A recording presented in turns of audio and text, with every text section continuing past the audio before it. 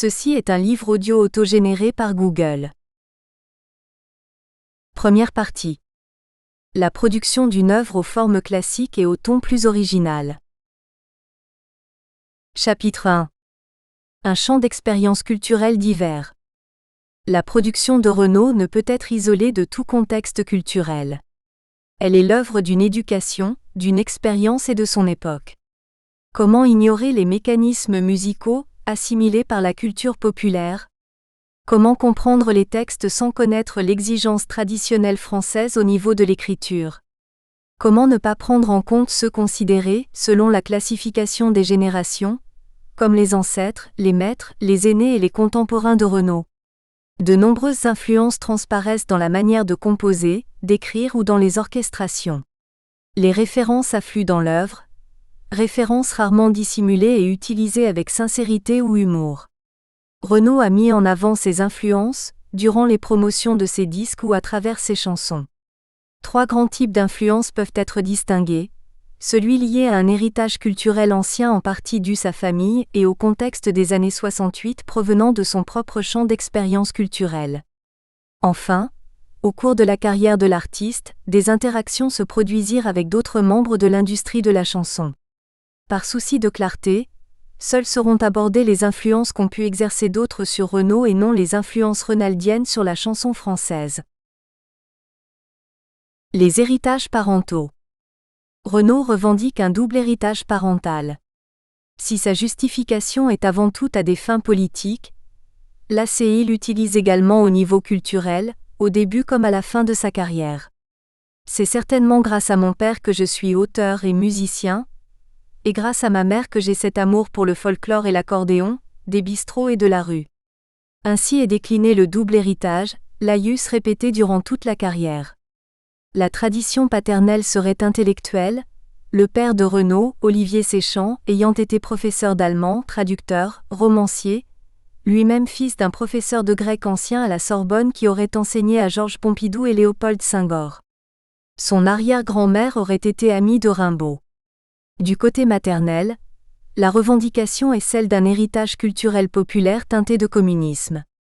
Les deux figures phares mises en avant par Renaud sont sa mère, d'abord ouvrière puis mère au foyer élevant ses 6 enfants, et son grand-père Oscar Merriot, présenté comme éternel communiste. L'héritage maternel aurait donné à Renaud le goût des chansons populaires françaises. Une part de reconstruction existe dans une telle affirmation. Cependant, l'influence de Bruant sur l'œuvre renaldienne est réelle. Des similitudes apparaissent dans les descriptions des délinquances des marges de l'agglomération parisienne. Renaud entama sa carrière de chanteur dans le premier album en pastichant les chanteurs réalistes. Ayant saisi les mécanismes de l'analyse de la pègre de 1900, il put ensuite écrire des textes plus contemporains. Si les premiers textes rappellent l'univers de ce que certains ont appelé la Belle Époque, les instruments utilisés et les arrangements sont plus proches de ceux des années 1930. Renaud compose des javas où l'accordéon a une place centrale, à l'instar de la java sans joie, et écrit en ternaire. Si le rythme n'est ici pas caractéristique des années 1930, Renaud composant d'ailleurs aussi des javas en binaire, l'accordéon est lui un héritage de l'entre-deux-guerres culminant à l'époque du Front populaire. Cet instrument fut introduit au début du XXe siècle par les immigrés italiens dans les fêtes parisiennes. Il ne fut alors pas utilisé par Bruant aux fêtes de sa gloire. Ce ne fut que lors de la période suivante que celui-ci fut utilisé par des vedettes de la chanson qui commencent à émerger. L'instrument perdit de son originalité dans l'après-guerre, notamment pour la génération de Renaud, en opposition avec un instrument rappelant une époque inconnue à elle et non regrettée, celle de la crise et de la guerre. L'accordéon ne tombe pas en désuétude totale puisque Brel ou Brassens peuvent l'utiliser, mais il semble anormal d'utiliser l'accordéon pour un jeune homme de 25 ans en 1975, plus encore pour chanter les banlieues. Renaud a conscience de cet atypisme et surtout de la connotation péjorative de cet instrument. Et l'espèce de ringard qui jouait de l'accordéon, on y a fait bouffer avec ses bretelles. Malgré cela, l'accordéon devint une de ses marques de fabrique. Le décalage entre les influences textuelles et musicales revendiquées comme homogènes s'explique par des facteurs techniques. Renaud a pu entendre les enregistrements originaux de Bruant. Ils avaient été réédités sur disque au moins depuis les années 1960. Si l'auteur en a conservé des habitudes d'écriture, les arrangements étaient obsolètes et une restructuration des arrangements était nécessaire pour correspondre à l'habitus auditif des années 1970. Renaud a eu aussi la possibilité d'entendre des enregistrements des chansons de l'entre-deux-guerres. Il est capable de reconnaître Fréhel à sa voix, ce qui prouve qu'il connaît les arrangements originaux des chansons. Les deux périodes peuvent alors sembler cohérentes un demi-siècle plus tard et Renaud les fait correspondre. Le décalage entre les influences textuelles et techniques relève donc de l'histoire des mentalités et des techniques, les orchestrations de la musique populaire et les habitudes auditives des Français ayant évolué. L'ACI retient des chansons réalistes la description des événements culturels vécus, dans C'est mon dernier bal, ou près des autotamponneuses, à l'instar du musette qui d'un lieu est devenu un thème musical, comme dans la chanson « Le petit bal du samedi soir ». Les chanteurs réalistes sont des ancêtres pour Renaud, Bruant le premier, selon la classification des rôles dans une génération donnée. L'utilisation constante mais non systématique de l'argot penche dans ce sens. Renaud fait des portraits de voyous tout au long de sa carrière, qui le plus souvent n'ont pas d'avenir, comme dans Baston. Dans La Teigne, il s'agit même d'un hommage mortuaire d'un personnage marginal. Il avait pas connu ses vieux, l'assistance, ce genre d'école pour rendre joyeux, c'est pas exactement Byzance. D'ailleurs on lisait dans ses yeux, Q' pour qu'il soit bien fallait qu'on le craigne si tu rentrais pas dans son jeu putain. C'est apostrophe que tu recevais comme baigne, c'était une teigne. La construction tente à rendre antipathique le héros dans les 3 premiers couplets. Puis le ton change avec l'annonce brutale de sa mort qui mérite un hommage du fait de sa solitude et de ses conditions sociales difficiles, cause de son tempérament. Par ailleurs, certaines tournures de phrases ronaldiennes sont directement inspirées des chansons réalistes, comme la mise en attente, utilisée pour suggérer une vulgarité éternelle arlésienne. Les lettres prédominent dans la famille paternelle. Une seconde influence musicale majeure antérieure ou contemporaine à la naissance de Renaud se dégage. Les chanteurs des cabarets rive gauche de l'après-guerre eurent un rôle marquant dans l'apprentissage musical de Renaud. Si le jeune Séchant ne s'est probablement jamais rendu en tant que spectateur dans un de ces cabarets avant leur déclin, au début des années 60, en grande partie du fait de la vogue yéyé, il a du moins pu écouter la production discographique des principaux auteurs-compositeurs-interprètes, ACI. Il a pu en outre se rendre à des représentations publiques des plus célèbres de ceux que l'on peut caractériser de maîtres, selon la classification générationnelle. Parmi eux peuvent être retenus Brassens, Ferré, Brel ou encore Boris Vian. La plus importante des influences qu'a exercé cet instant culturel sur Renaud est l'exigence du texte. Celle-ci provient de la culture littéraire de ses tenants et de leur appréciation des belles lettres. Elle fut imposée par un facteur technique. L'exiguïté des salles du 6e arrondissement de Paris obligeait les postulants au succès à une orchestration réduite. Un effort fut donc fait sur le texte, qui prima alors. La guitare s'imposa du fait de la même contrainte spatiale. Il s'agit d'une des différences majeures d'avec la vague yéyé, où la musique fit l'objet d'attention plus soutenue que les textes. Les auteurs sont au cabaret plus souvent poètes que musiciens et se contentent d'apposer quelques accords sur leurs textes. Même en cas de succès postérieur et d'accès au vedettariat, le dénuement musical reste la règle, chez Brassens par exemple, qui refusait de jouer accompagné d'un orchestre. Brassens est la référence que Renaud met le plus en avant. Ferré, qu'il vit en concert en septembre 1968, le toucha. L'hommage funèbre qu'il lui rendit dans Charlie Hebdo n'oublie pas le pornographe du phonographe. Ferré était le Raymond Poulidor de mon panthéon personnel des chanteurs, derrière Brassens et devant tous les autres. L'influence de Brassens transparaît au cours de l'œuvre de Renaud. L'album de reprise, sorti en 1995 avec l'encouragement de Gibraltar et André Tillieux, deux proches du chanteur à pipe qui accompagnèrent l'héritier déclaré sur les plateaux de télévision lors de la promotion, en est la preuve la plus flagrante. Des thèmes concomitants apparaissent dans leurs deux répertoires. L'anarchisme déclaré des deux ACI fut mis en avant pour les rapprocher. Toutefois, Renaud s'est impliqué dans de nombreuses actions collectives contrairement à Brassens qui symbolisait une espèce d'anarchiste individualiste hors du temps politique et déclarait préférer traverser dans les clous pour ne pas avoir affaire avec la police. Cependant, l'amitié, valeur essentielle de Brassens, les copains d'abord, se retrouve également chez Renaud dans Cité mon pote ou Manu. Le refrain d'Hexagone et le roi des cons sur son trône a une inspiration issue de la chanson Le Ray. Renaud marque son admiration pour Brassens et pour ses illustres amis comme René Fallet, Brel ou Boudard, soit ceux issus de l'impasse Florimond dans le 14e arrondissement, le seul endroit au monde où on puisse vivre, ce qui a dû plaire à l'autonomiste du 14e arrondissement. En outre, Le Bistrot est une chanson dont l'influence est plus que nette sur Renaud. Dans un coin pourri du pauvre Paris sur un place, l'est un vieux bistrot tenu par un gros dégueulasse. Tu trouveras là, la fin fleur de la populace, tous les marmiteux, les calamiteux de la place. Ce n'est donc pas par hasard si certains évoquent dès 1980 Renaud comme un nouveau Brassens, l'influence du cabaret rive gauche passant avant tout par celui qui fut publié chez Sangers dès 1963 dans la collection « Poètes d'aujourd'hui ». Renaud semble avoir hérité le sens du calembour et de l'allitération de Bobby Lapointe. C'est décidé. Dès demain j'ai des idées détonnantes, je vais demander la main de Marie si ça l'enchante. Si j'aimais sa tombola, si jamais ça tombe à l'eau, mon amante deviendra. Voyons, l'amante à l'eau. Renaud n'a pas vu viande de son vivant. Il en a par contre été, comme toute la génération 68arde, marqué de manière irréversible. L'illustration la plus sensible de cette influence est la chanson « Déserteur » de Renaud en 1983, dont le titre est un rappel à la chanson la plus célèbre de Vian. On peut d'ailleurs comparer les deux accroches. Monsieur le Président, le vous fait une lettre que vous lirez peut-être si vous avez le temps. Monsieur le Président, je vous fais une bafouille que vous lirez sûrement si vous avez des couilles.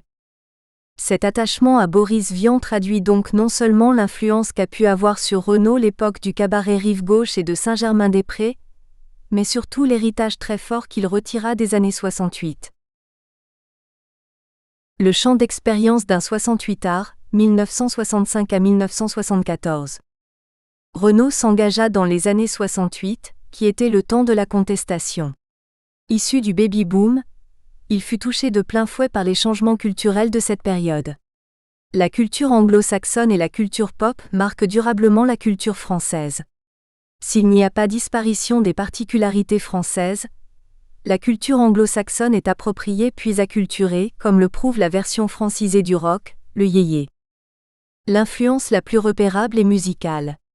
Le folk song est présent dans l'œuvre de Renaud.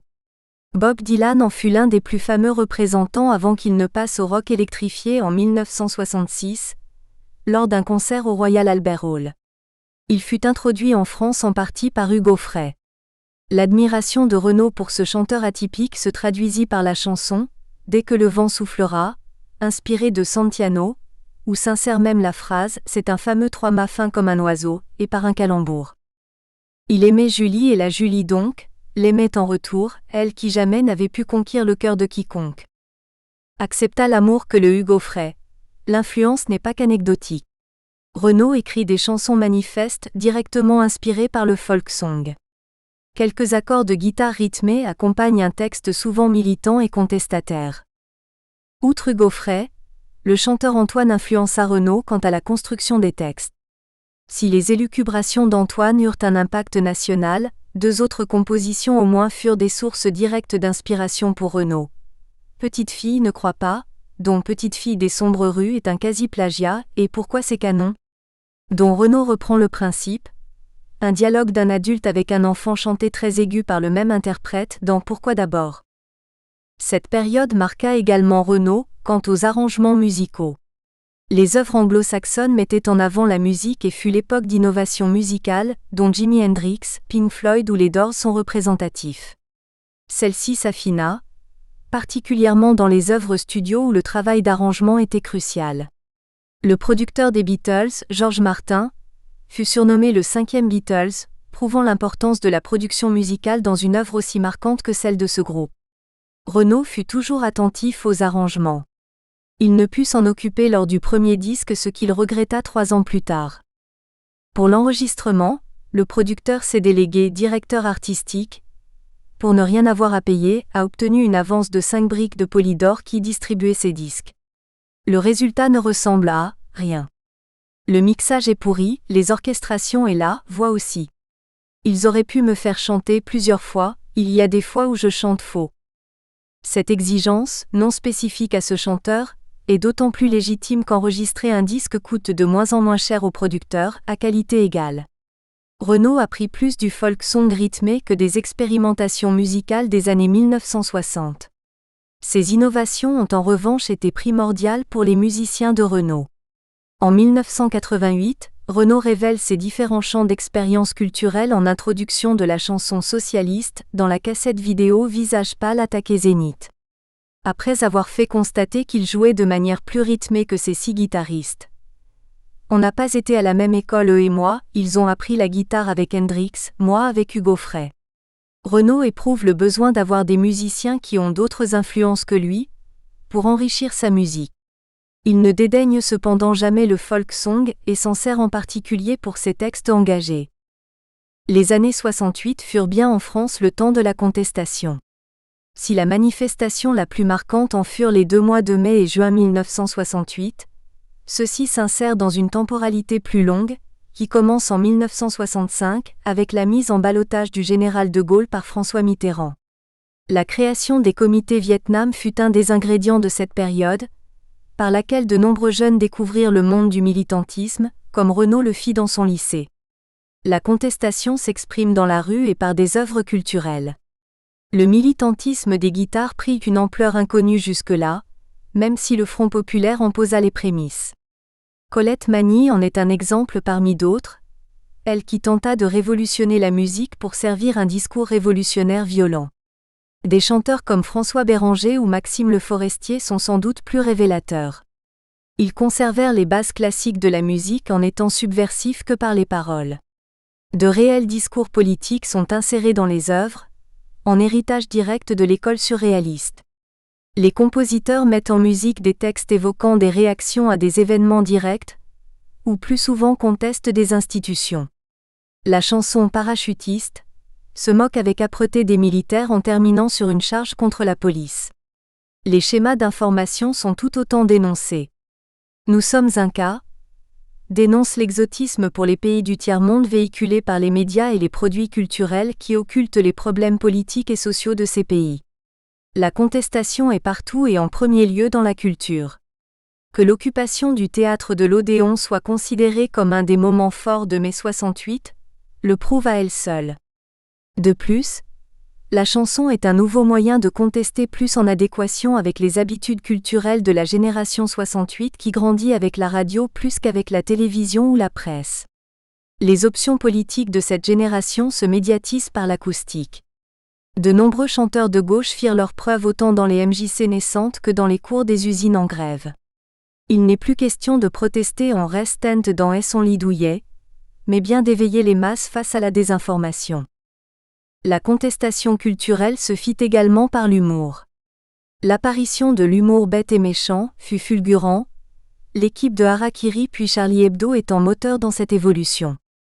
Ce type d'humour destructeur joua un rôle important dans la fin des années 68 et semblait être spécifique à la contestation de gauche, à tel point qu'un jeune giscardien, Jean-Pierre Raffarin, organisa en 1975 un débat intitulé « L'humour est-il de gauche ?», avec Cavana, figure de tutelle de Charlie Hebdo, comme invité. Renaud s'inscrit dans cette lignée. Il participe entre 1992 et 1996 au renouveau de cet hebdomadaire et aide à son montage financier, sans oublier ses textes dont l'ironie est parfois cruelle. Elle crèche citer Lénine, préfère réhabiter, citer Mireille Mathieu, au moins elle sait qui c'est. Les années 68 eurent des conséquences sur la culture politique au sens plus étroit du terme. L'habitude de manifestation avec confrontation entre manifestants et forces de l'ordre marqua les contemporains, et se retrouve dans quelques textes ronaldiens. Un rapprochement put ainsi s'opérer entre jeunes contestataires d'extrême gauche et les blousons noirs, qui trouvaient une justification théorique à leur violence. Les figures tutélaires des années 68 furent Mao Zedong, Ho Chi Minh, Fidel Castro et le Che. Le jeune Renaud Séchant fut certainement sous le charme de ces diverses icônes.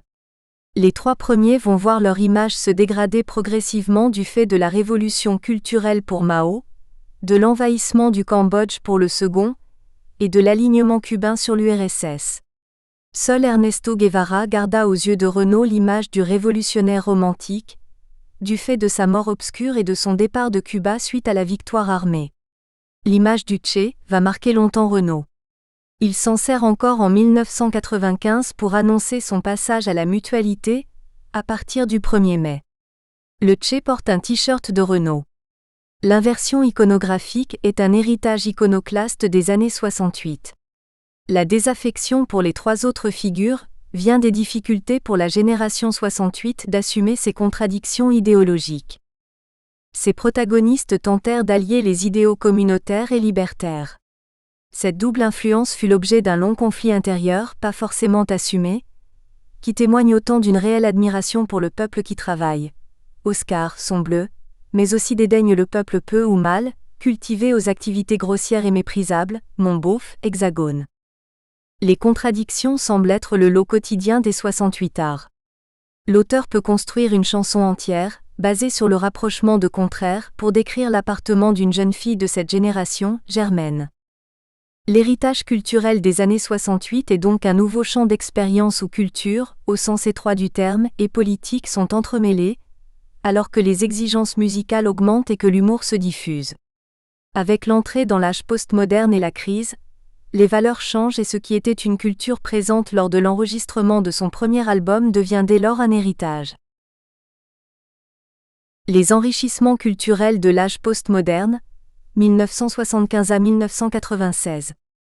On commence, mine de rien et tout droit réservé, par sortir 4 morceaux de Springsteen, Pardon de Capdevielle, Pardon de Renaud. Renaud s'empare du monde culturel qui l'entoure. Si l'influence de jeunes groupes, nous devons ici voir de quelle manière il put s'adapter aux normes sociétales, soit en s'y opposant ou au contraire en y adhérant. Les relations avec les médias, ou les engagements politiques ne seront pas évoqués ici. Ils mériteront de plus amples développements, dans des chapitres suivants. Seules les questions culturelles au sens strict seront abordées ici. L'étude de Renaud s'intègre dans une période de 21 ans. La carrière de Renaud possède une chronologie interne qui correspond à un an près à celle des élections présidentielles. Chaque exemple traité se doit d'être considéré dans une période plus restreinte que les 2 décennies. Renaud se positionne par rapport à la société dans laquelle il vit. Ses œuvres sont des témoins du système de pensée qui le caractérise, et non des traités sociologiques puisqu'il insère des jugements personnels apposés aux traits de description. Il est donc intéressant de décrypter ces textes pour analyser comment il ressent sa période. Tout d'abord, Renaud use dans toutes ses œuvres de références culturelles précises. Celles-ci concernent avant tout la culture populaire ou la culture contestataire dans un degré moindre. Dans l'album Un Olympia pour moi tout seul, Renaud cite Maurice Chevalier, les Beatles, Richard Klederman, Supertramp, Alain Bachung, Bernard Lavilliers, Starshooter, Trust, Ciné, Chantal Goya, le professeur Coron, Maxime Le Forestier, Bob Dylan, Mick Jagger, Bruce Springsteen, Capdevielle, évoque Coluche sans le citer. Un gros à rayures avec des lunettes qui s'est présenté aux élections mais il a été battu il a été abattu. Gainsbourg, Aragon, les chœurs de L', Armée Rouge, Pink Floyd, Johnny, Mozart, Cabu, Guy Descartes, Nietzsche, Magma au bonheur des dames. Cette longue liste, il s'agit d'un enregistrement public d'1h30, démontre l'implantation des acteurs culturels, du moins les créateurs et interprètes, dans l'esprit de Renaud. Il composa 2 chansons de pastiche. Ma chanson leur a pas plu. Fait se suivre 3 satires de Capdevielle, Lavilliers et Cabrel pour terminer sur une auto-caricature, chanson dont il fit une suite en 1991 où il intègre les rappeurs, représentants d'un genre qui n'existait pas en 1984. La culture évoquée est avant tout une culture populaire à grande réception. Renaud réussit à toucher un grand nombre de personnes en partie parce qu'il parle de ce que la majorité des gens connaissent. Il est influencé par la culture diffusée à la radio et à la télévision, d'autant plus qu'à partir de 1977, il côtoie un nombre important de célébrités. En 1978, il accueille à Paris Robin Gibb des Bee Gees puis Van Halen dont il est super fan. Enfin, en parodiant la chanson Si les ricains n'étaient pas là, au Théâtre de la Ville en 1979, il se brouille avec Michel Sardou. Les effets d'une époque ne se font pas ressentir que sur les citations d'autres artistes. Ils se décèlent dans les habitudes vestimentaires ou les couleurs mises en avant. Renaud, sans être pleinement dans la mode, se laisse influencer par son époque. Sa coupe de cheveux est en 1978 strictement identique à celle de Patrick Juvet, dont le répertoire qui comprend Où sont les femmes est bien éloigné de celui de Renaud. Dans les années 1980, l'image du chanteur contient quelques touches caractéristiques de l'époque. Il se convertit au rock sous l'influence avouée de Bruce Springsteen, dont il reprendra une chanson au début du Zénith de 1986 avant d'y renoncer pour des raisons de qualité musicale. S'il change fréquemment de coiffure, il arbore quelquefois un mulet, soit une coupe avec les cheveux courts devant et plus longs derrière, caractéristique des années 1980, du moins dans les médias. Les membres des groupes Indochine ou Starshooter, mais également Richard Dean Anderson, l'interprète de MacGyver, ou des présentatrices de télévision avaient une coupe identique. La pochette du disque Morgane de Toi s'insère dans l'air du temps, qui n'est plus rouge comme dans les années 68, mais use d'un léger flou et de couleurs douces, le livret du disque étant d'un rose bonbon caractéristique de la période. Au niveau des arrangements musicaux, les influences temporelles sont présentes. En 1986, si Renaud utilise moins de synthé que d'autres musiciens qui sont comme lui chez Virgin France et si les musiques ne révolutionnent rien, elles n'en sont pas moins dans l'air du temps. Les magazines spécialisés consacrent la majorité de leurs critiques à commenter les textes délaissant la critique musicale au sens strict. Les musiques ne sont pas prétexte à critique négative, sauf dans les magazines qui se concentrent sur l'innovation musicale plutôt que sur les textes. La chanson Miss Maggie est révélatrice de l'adaptation aux normes musicales de l'époque. Publiée en 1985, elle répond aux arrangements musicaux classiques de cette période. L'orchestration est épurée. La batterie, mise en avant et au son pur, reste sur le tempo de manière stricte. Le son de la guitare est arrangé avec de l'écho et de l'effet reverb, et se distingue de la voix. Les deux jouent l'un après l'autre et le solo de guitare reste dans des notes très proches de l'accord de base. Enfin, un synthé vient soutenir le tout.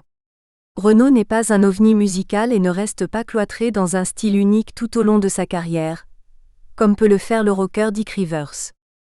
Les influences ont donc conduit Renaud à plusieurs exigences. Rester à l'écoute de son temps pour toucher les gens avec des valeurs et des références communes. Les cabartistes et les chanteurs réalistes ont forgé le poète Renaud. Les années 68 l'ont à la fois touché au niveau de la culture politique et de l'importance de la musique considérée comme, au minimum, un soutien efficace des textes voire un élément indissociable de ceux-ci. Cela dit, la production de Renaud se doit d'être étudiée pour comprendre comment les œuvres ont pu parvenir à un si large public. Chapitre 2. Une production classique. La production est la phase concrète de construction de l'œuvre. Il ne s'agit pas de l'unique instrument de la construction d'un personnage, cependant les critiques et les premières images du personnage se basent toutes en premier lieu sur l'œuvre. En outre, si une émission de télévision peut occasionnellement faire l'œuvre d'une rediffusion, cela est plutôt rare et, après la période de promotion qui dure environ 1 ou 2 mois, la seule base concrète de réception du personnage est bien ce qui a été produit. La production de Renaud est avant tout liée à l'industrie musicale en France, mais aussi à l'univers cinématographique et celui de la presse hebdomadaire. Une production professionnelle. Renaud, malgré son statut d'ACI, ne conduit pas de bout en bout la production de œuvres enregistrées et commercialisées à son nom. Tout un système musical suit, aide, conseille et parfois profite des artistes. Toute une équipe s'affaire autour du chanteur pour le soutenir et réussir à faire émerger son œuvre telle qu'elle est présentée au public. En aval, chaque œuvre musicale est répandue par un distributeur phonographique, essentiel dans le cadre de l'émission géographique des disques. Les réseaux et la réputation de cette société permettent l'importance de la mise en avant de l'œuvre. 2 types de distributeurs existent en France. Les distributeurs indépendants, dits indés, souvent spécialisés dans un style musical et surtout les si majors, Polydor, EMI, Virgin, Sony, BMG et Warner. Selon l'hypothèse haute, ces 6 majors représentent 82% du chiffre d'affaires de la production phonographique. Renault collabora tour à tour avec 2 majors, Polydor de 1975 à 1982, puis Virgin depuis 1983. Ce choix fut sans aucun doute profitable aux ventes des produits. Renault put bénéficier de l'expérience des distributeurs et de leur réseau, alors que les maisons de disques réalisaient d'importants bénéfices du fait de la popularité du chanteur. Les distributeurs reçoivent ainsi environ entre le double et le triple des droits d'auteur sur un disque. Le succès d'un artiste le légitime auprès de sa maison de disques. Après que Renault eut vendu plus de 3 millions d'albums, Polydor lui finança l'enregistrement du disque Morgane de Toi en 1983 à Los Angeles. Cette escapade permit de bénéficier de la technique des studios américains et de se faire accompagner sur certaines chansons par un guitariste américain, Albert Lee, membre du groupe The Everly Brothers et collaborateur de Jerry Lee Lewis, Joe Cocker ou autre Eric Clapton. Dans le même registre, Virgin ne fut pas des moins généreux. En 1991, Renault voulut donner une tonalité irlandaise à son album Marchand de cailloux. L'Irlandais Pete Brickett, ancien des Boomtown Rats, collaborateur de Bob Geldof, fut alors recruté pour permettre à cette influence de s'exercer de façon typique. Le résultat est convaincant. De tels moyens favorisent la qualité d'une production musicale. Le professionnalisme des musiciens de Renault est avéré. Renault est dans une logique de chanteur seul, non pas dans une dynamique de groupe, bien qu'il ait été accompagné au début de sa carrière par le groupe Oz à Bourges en 1978 par exemple. Il s'entoure de musiciens professionnels qui l'aident dans la composition et surtout l'arrangement de ses chansons. Les musiciens ne sont pas toujours les mêmes autour du chanteur pivot et l'accompagnent en fonction de leur disponibilité. Au cours de sa carrière, Renault devient de plus en plus exigeant envers ses accompagnateurs. Il en change en 1980, a priori pour s'entourer de plus grands professionnels, alors que la courbe de ses ventes est en pleine expansion. Ils sont licenciés de chez Renault si tu veux, explique-t-il à l'Olympia. Si cette remarque se veut ironique, la présentation des choristes prouve que les musiciens ne sont pas recrutés au hasard. L'un d'entre eux vient du groupe Magma et l'autre du Bonheur des Dames, 2 formations alors célèbres. 2 figures de musiciens proches de Renault apparaissent. Jean-Louis Roch, accordéoniste et pianiste, et le batteur Amaury Blanchard participent à presque tous les albums de 1980 à 1996. Ces 2 musiciens ne sont cependant pas uniquement dévoués à Renault, comme le montre le parcours d'Amaury Blanchard durant cette période. Il fait partie jusqu'en 1985 du groupe Odeur sous le pseudonyme Tape au fond, joue avec Jean-Michel Cadjan en 1982, Laurent Coquelaire et Sark Loret en 1983, avec le Grand Orchestre du Splendide en 1984, participe à Aïe de Higelin et à la tournée qui s'ensuivit en 1985 et aurait joué avec les Gypsy Kings. Cette énumération prouve que, malgré la fidélité du batteur à Renault, il n'emmène pas moins une activité professionnelle séparée de celle du chanteur. Cette intense activité professionnelle indique dans quelle mesure le milieu musical considère le batteur. L'ACI ne s'entoure pas uniquement de bons musiciens. Dès le premier album qui suit sa soudaine célébrité, Sois ma gonzesse, Renault choisit un directeur artistique, Jacques Bedos, qui a déjà fait ses preuves puisqu'il s'était occupé de Maxime Le Forestier, dans l'opus musical éponyme. L'arrangement musical est crucial et donne la tonalité globale d'un album autant que les mélodies. Tout un univers autour de Renault l'aide à la création de ses œuvres. Il ne compose pas toujours ses chansons. Même si aux yeux de la loi et de la SACEM, texte et musique sont indissociables, il n'en est pas de même dans les faits. Hormis ses 3 albums de reprise, Renault signe ses textes. La composition musicale est de moins en moins assumée par Renault lui-même. Dès le début de sa carrière, il laisse parfois des amis composer à sa place, comme François Bernheim, son producteur de l'époque, qui compose « Je suis une bande de jeunes ». Ses participations n'excèdent pas 2 ou 3 chansons par album. Son dernier album, À la Belle de Mai, ne comporte que 3 chansons dont les musiques ont été composées par Renault.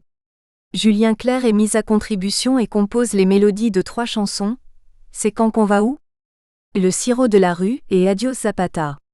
L'utilisation de compositeurs chevronnés semble un gage de qualité pour les chansons concernées. Renault y est sensible Et si ses musiciens apportent sécurité et talent, il tient à donner lui-même la tonalité de ses albums en composant plus de la moitié de ses musiques. Cette exigence se retrouve dans sa volonté de s'extirper au plus vite de la houlette des majors, au niveau de la production. Ses 2 premiers albums sont produits par HB, soit une association de 2 producteurs, Jacqueline Ehrenschmidt et François Bernheim, ce qui déplaît à Renaud. Au premier trimestre 1978, quand il explose avec Les Béton, Polydor l'aide à rompre son contrat avec HB pour le négocier à leur avantage. Renaud en tire une indépendance musicale qui dure jusqu'en 1996. Il monte ses propres sociétés de production, enregistrant ses disques sans être influencé par la maison de disques. Celles-ci s'appelèrent successivement Domino Music, puis Minnow Music et enfin cela lors du transfert de Polydor à Virgin en 1980. Nous espérons que vous avez apprécié cet aperçu. Pour continuer à écouter ce livre audio sur Google Play Livres, utilisez le lien dans la description de la vidéo.